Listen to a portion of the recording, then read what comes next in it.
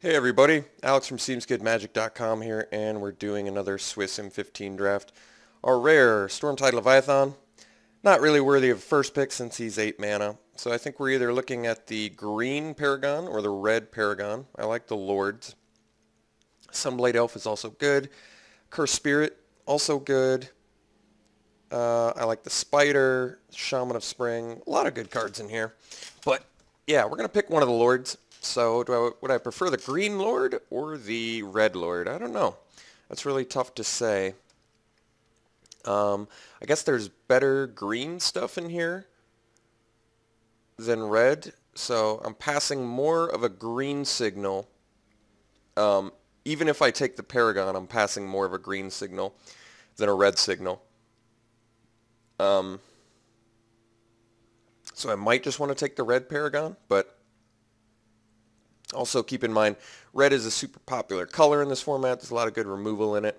I think I'm going to take the red Paragon anyway. I definitely am passing a huge green signal, so hopefully we can get a good red. Get some good red out of these next few picks here. All right, Blastfire Bolt's removal.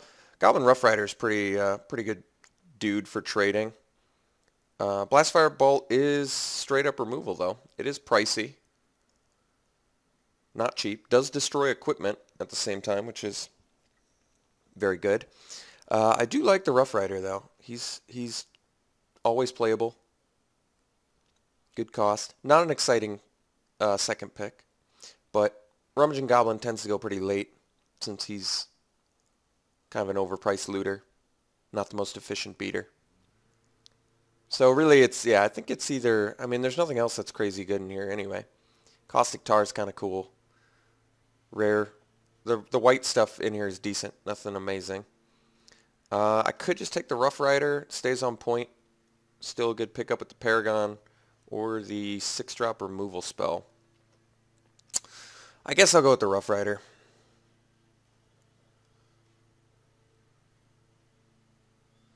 Okay. More good picks in the works here. So we've got some solid black picks in here. But we also have this Altac Bloodseeker, who's pretty solid little piker. If you have any sort of burn, instant speed burn spell, I love that you can give him boost and first strike. The haste part, I guess, is a little bit weird, but at the same time, it kind of makes sense. But I love that you can also use this guy in tandem with removal as like a combat trick. You know what I mean? Like you attack, they block with something, you kill something else, this thing gets bigger and first strikey. So I like that. This is a trick. Torch Fiend destroys artifacts, which is legit. More so legit in this format since artifacts like turn on other dudes' abilities. Yeah, so there's good black stuff in here too. I don't know. I think I'm going to go with the Altac Bloodseeker. Let's get the cheap... I like the combat trick too, but I haven't played too much of this guy, but I think he's good. If we can pick up some burn, that guy can be really legit. Like Heat Ray, for example. There's also a Torch Fiend in here, Obelisk of Erd, but we literally have no... oh, no, never mind. We got Double Human rocking for us right now, so I guess we could play that as a human thing. But yeah, we got to take the Heat Ray. Got to get that removal.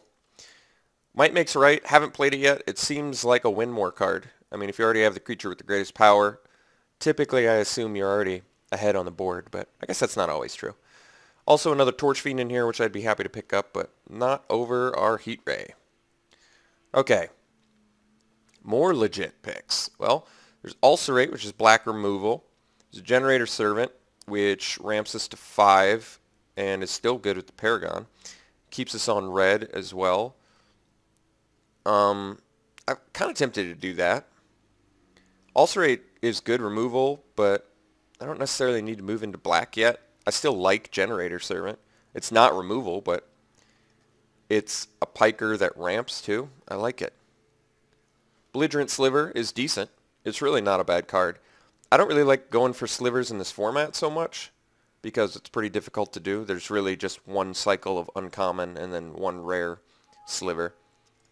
So I'm kind of, I don't know, I'm a little unimpressed with it, I guess, overall. But let's take the Generator Servant, get a little bit of ramp, otherwise a cheap beater, both of which are good. All right, Shadowcloak Vamp in here. We've got the Foundry Street Denizen if we want to move towards red beatdown, which is fine. I haven't had too much terribly good success with it, but still doable. Gather Courage is a good trick. Potentially free if we have enough green. Shadow Cloak Vamp's a good dude. He's got 3 toughness for 5, which kind of sucks, but he's a black creature that can potentially get evasion, which is good. Yeah, I mean, I'm not a huge fan of the Founder Street Denizen, but if we're going to, it might be a good idea to just bum rush Storm as much red as we can. Kind of force people into other colors. I mean, if I get enough of them, I guess could be playable. Alright, Avarice Amulet, it's pretty cool. Tough to play, I guess, if your opponent's got enough, you know, removal. But there's really not too much else for us anyway. We could take a black card now, I guess, over the Avarice Amulet, but I mean, Avarice Amulet's totally playable. It's just, it's got some risk factor to it for sure.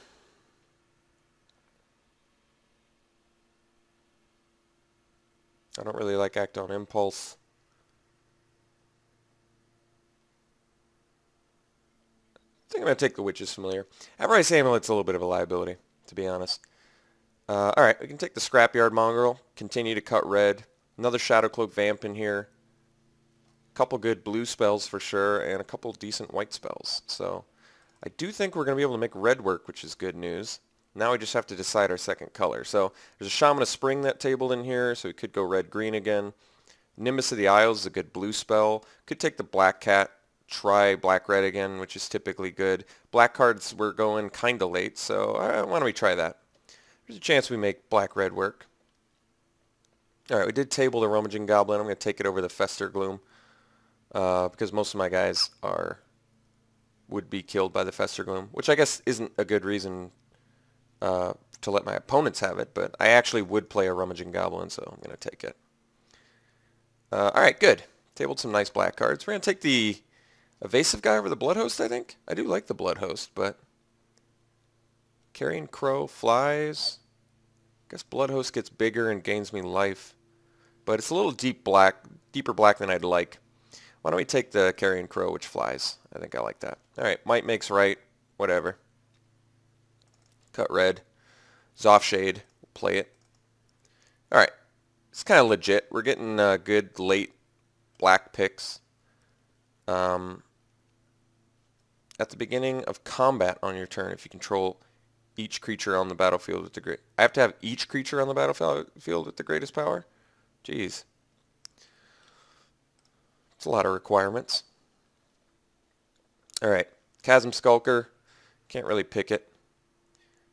Gargoyle Sentinel. I'll just take the Flesh to Dust. Get some nice black removal as our first pick. I feel pretty justified in that. Gargoyle Sentinel would work well with our Scrapyard Mongrel.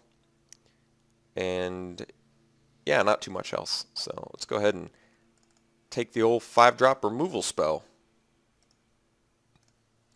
Alright, pick 2. Well, Siege Dragon's pretty much a game over kind of card, so I think I want to take that over the Enforcer. That's a pretty tough card to beat.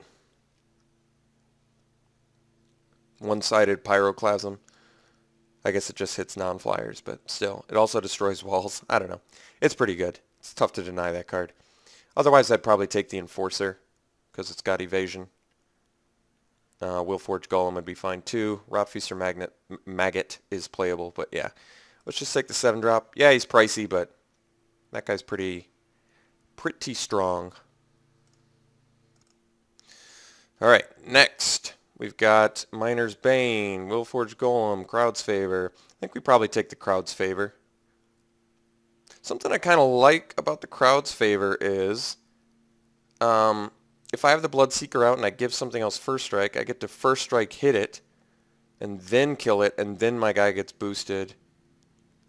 But then I guess I see the first strike's less relevant, but he could still trade up and kill a 4 toughness guy. So that's good. Yeah, I think we just take the Crowd's Favor here. Some pretty good blue picks in here for sure. Miner's Bane's big. Willforge Golem's pretty good too. But yeah, let's take I like the Crowd's Favor. It's a great trick.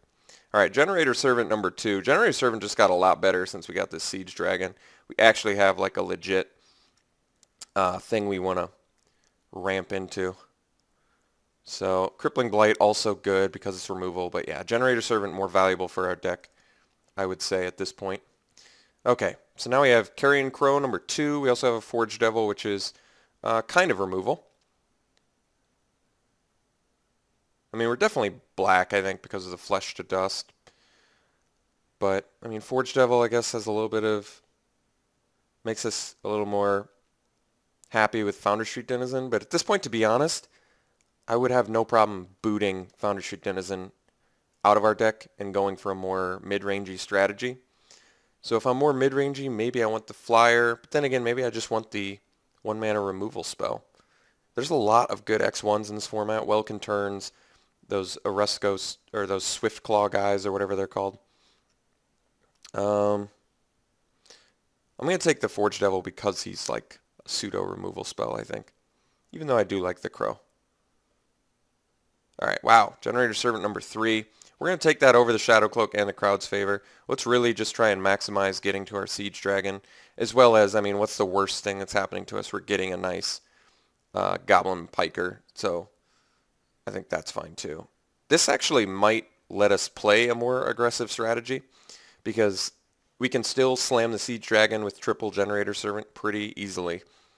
And otherwise we can just beat down with them pretty efficiently. So I like both of those options.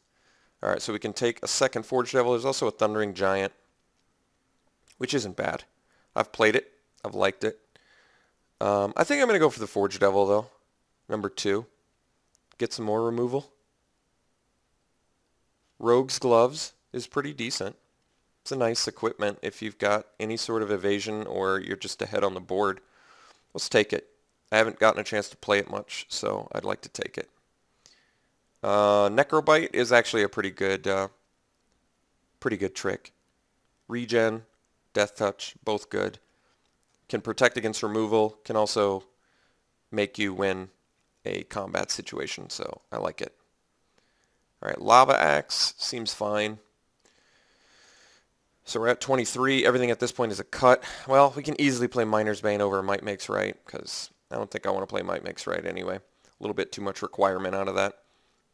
And Miner's Bane's actually just great alongside our Generator Servants. In the right matchups, of course. Alright, I guess we can take a Black Cat, cut some more black, but easy card to cut, to be honest. I don't think I'm playing Staff of the Flame Magus, so I'll cut that from somebody. Let's see here. So our first cut, probably another Black Cat, would be the next upgrade, the next logical upgrade. It does look like we got cut on black out of that pack, but we've got a really good red pool going, which is nice.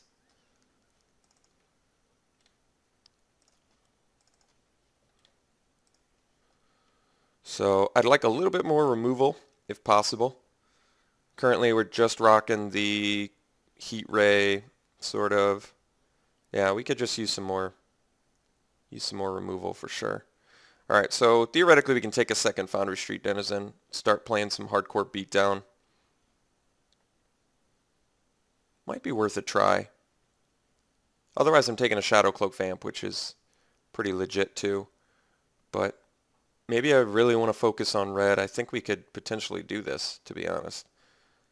I haven't done mono red yet. This deck seems like it could definitely do it. With all these 1-drops, Rogue's Gloves makes me feel a little bit more comfortable too. I would like to get some removal, more removal. But let's take that, cut the Black Cat. Okay, now we can take, there's some decent black cards in here, but Goblin Kaboomus is a rare, it's pretty good. Spits out stuff for us to use. Tyrant's Machine is decent too. I mean, Paragon of Open Graves is decent, but we're not getting a ton of value off of it, so I don't like it as much. Let's take the Kaboomist. Let's go for the red aggressive build, I think. Alright, Cone of Flame, excellent pickup here. So let's start cutting black out of this deck.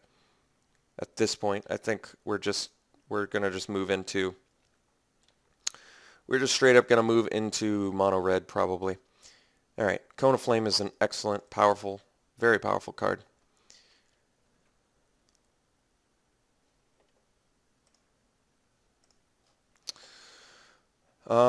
Yeah, pretty good black cards in here. Let's go deep on this Foundry Street Denizen plan, I guess. Ordinarily don't like this card, but I guess when you have 3 of them, you gain a little bit of consistency. Let's continue to cut black. I think we're done with black. Probably going to end up playing 16 lands. Even with the Siege Dragon, I feel more comfortable with triple Generator Servant making that happen. Oh man, then there's an Ulcerate too. Jeez. But Belligerent Sliver is fine. It's got pseudo evasion. It's actually pretty good with the Rogue's Gloves. Nothing else too crazy for us here. Let's take the Sliver. Got to maximize that Foundry Street Denizen value. Alright, Krinko's Enforcer is a great pickup. That's going to really make Rogue's Gloves better, and it's just got the built-in, you know, Intimidate, which is nice, so taking that. Blastfire Bolt is fine. Some removal. Take it. So this is this is 16 land deck here. I'm trying to think what my first cut is. I don't know. I don't really want to cut any of our early creatures. That's kind of how this deck is really coming together. We only have 1 artifact to turn on our Scrapyard Mongrel, but that's not a huge deal, I don't think. Ooh, well, I can get a Brawler's Plate too. That's pretty good. Yeah, I think we take the Brawler's Plate, definitely. And then let's cut... wow, what do we cut, actually? Maybe the Rummaging Goblin. 3-mana 1/1's not exactly what I want to do. I'd much rather just be dropping Efficient Beaters on their own. I like that the Belligerent Sliver needs to be double blocked. I think that's actually pretty good. Let's take the Brawler's Plate. Alright, we're going to take the Darksteel Citadel because it interacts positively with our Mongrel, and I don't think we need a second Miner's Bane. Not that it's, you know, bad by any means, it's just Darksteel Citadel makes a lot more sense in this deck, I think. We could play the Tyrant's Machine. It's totally playable. What am I cutting, by the way?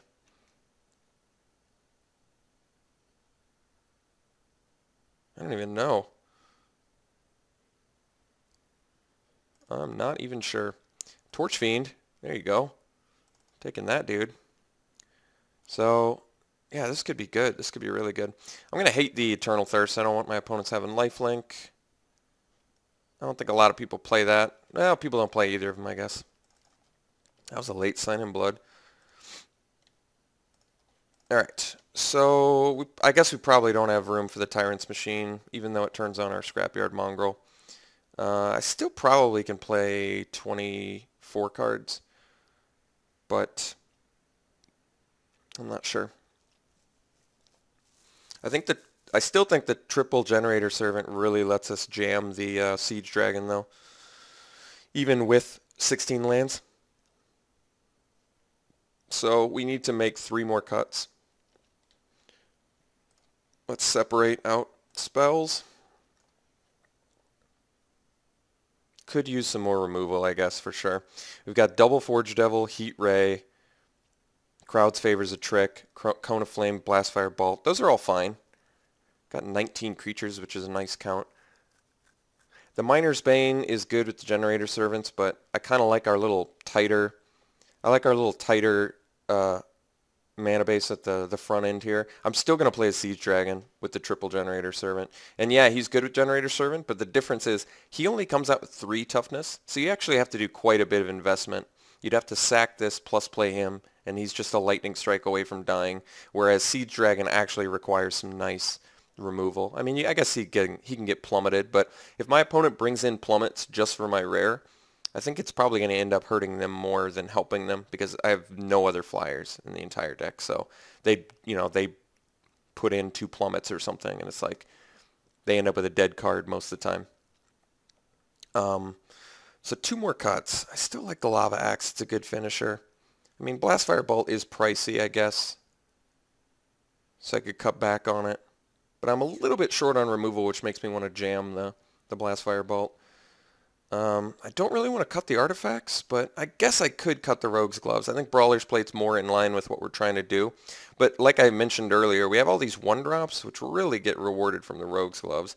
That lets me get in really early. Still might not be worth it. I think I said I wanted to cut the Rummaging Goblin, which I am going to do. As much as I like Rummaging Goblin, I think I'd rather just play dudes that get to swing in. So one more cut, and then I think we're in good shape. Actually, no, we don't need to make any more cuts. This was already in, so we're good. We're just going to play 15 mountains and call this a deck.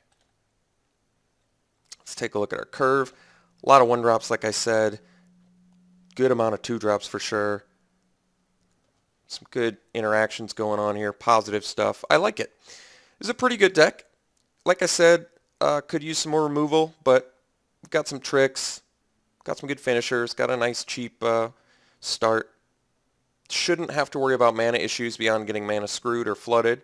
I guess like I meant we don't have to worry about like getting, color screwed or something like that, which is nice. All right, I guess we're going to run it like this. So I shall see you round 1.